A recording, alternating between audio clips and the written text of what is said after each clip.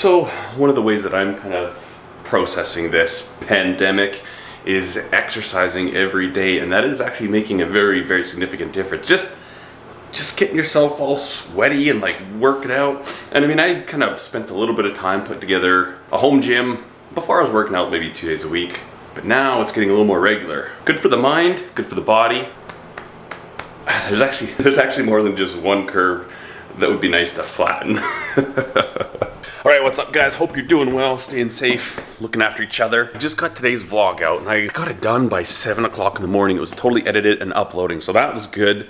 But what I'd like to do today is a challenge for my other channel, and that is to see how fast I can make a knife. Like 2 hours, 3 hours? Been working on a lot of different knives today, making great progress, and then also that the how quick could I make a knife? I'm at 1 hour and 50 minutes with it so far. It is an interesting knife build because usually I draw out my knives and I cut them and then profile them. This one, I literally took a piece of scrap bar and I just started grinding it, just boom, grinding it, no measurements, nothing. I just kind of eyeballed the entire thing, and I think it was actually a really fun process to do. But speaking of knives, I thought I'd take a minute and kind of show you what my current EDC is. I have mine very specifically tailored to my lifestyle. We'll talk about these. All right, so everything you're seeing here is my EDC. Oh, wait, it's not. I have a Leatherman. Actually, let's get really complete. I mean, without the belt, I mean, my pants will fall down if I don't have a belt, but here we go. This is all the stuff that I carry on me. First thing is my watch. Now this is the Casio Illuminator. This is a $20 watch, and I've had this for 3 years, and it is rock solid. The reason I bought this watch was I was working for a company called Sangel. They were Canada's largest privately owned oil company, and I was always like working around engines and stuff and like reaching into things. This thing was fantastic because it didn't get in the way. It's got a very slim profile and it works good. It's got the illuminator. Some of these watches, like the F91W, I believe is the original version of it, and it doesn't have the whole illuminated screen. It's just a little light. I like this one. 20 bucks, 3 years, that's pretty good. It's still going strong. The thing that fails on these is the straps, but that's my wristwatch. Now, for the pocket knife, typically what I'll have is my Benchgrade, oh, that was a fail, Benchmade Griptilian. Yeah, we did a picture of this knife yesterday.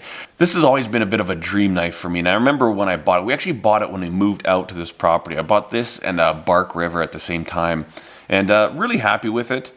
Probably for the first 2-3 years I owned it, I didn't actually carry it. I just kind of kept it as a fancy one. Now I'm starting to carry it, open packages with it. I'm actually pretty good to my knives. I don't beat on them or anything like that. But this has been a great blade, and I have installed the deep carry pocket clip. Benchmade used to send these for free to you if you just called them, but I don't think they do that anymore. Kind of too bad, because it makes a world of difference being able to get a nice deep carry on this knife. And that rides in my right pocket. Right there. Also on the right side, you know that little coin pocket that you have in your jeans?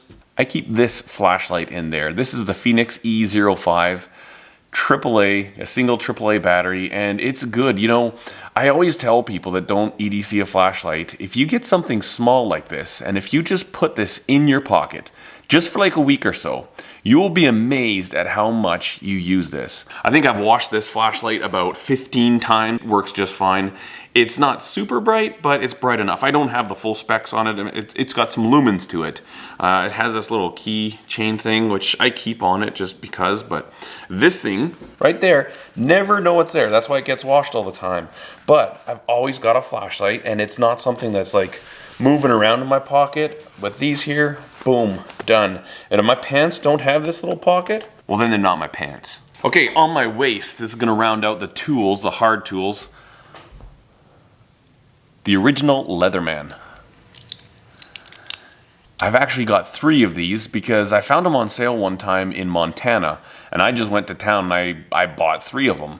The other 2 are in flawless condition, and the thing I use this mostly for is the screwdrivers. Even here in the shop sometimes, it's easier if I'm out in my C-can grabbing something or I need to adjust something. Sometimes it's actually easier just to grab this, use the screwdriver, and then put it back rather than going to my toolbox. Wire cutters, pliers, obviously use it a lot, and sometimes even just like picking up hot stuff. Really like these. You got your bottle opener, can opener, your Phillips, little tiny screwdriver, and the file. The file on the Leatherman, at least this Leatherman, is actually a really good quality file. It's not just one of these little nail file thingies, but then on this side here, we've got a fatter screwdriver, a medium slot screwdriver, then we've got an awl and a knife. Oh, that's dull. That is pretty bad. One day I'm gonna need this thing and it's not gonna be sharp. Leatherman on my waist, and actually one of my viewers from my other channel, Vali Rotar, I always mispronounce his name. He made me this leather sheath and a belt. Here is the sheath. It's just got one of these simple snaps on it. You can see, I mean, this thing's got its home in there. This is where it belongs.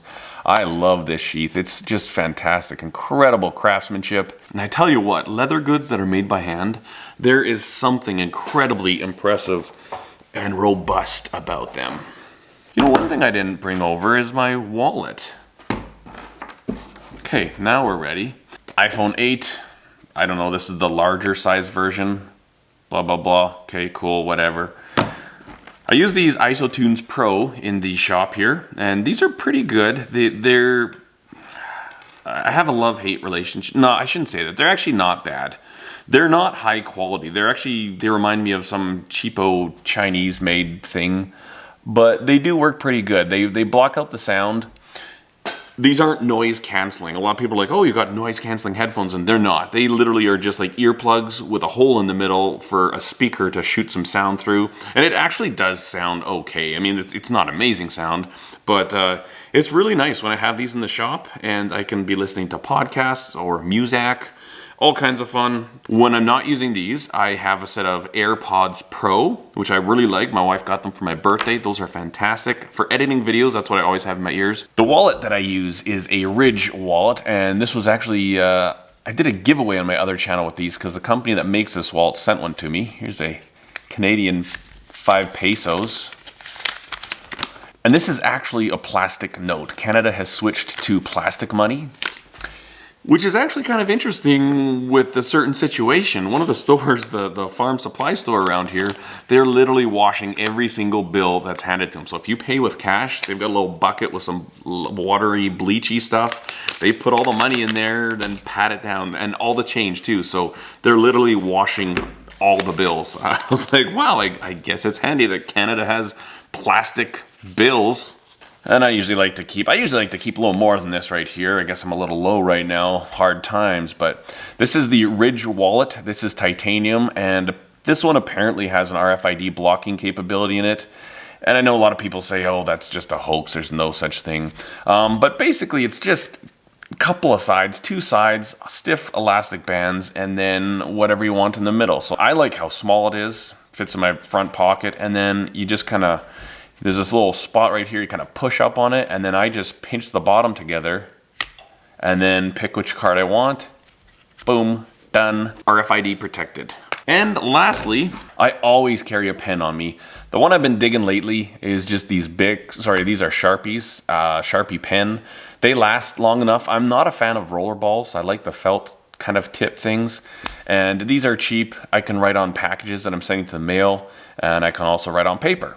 That's pretty much it for my EDC, the stuff that I carry most of the time.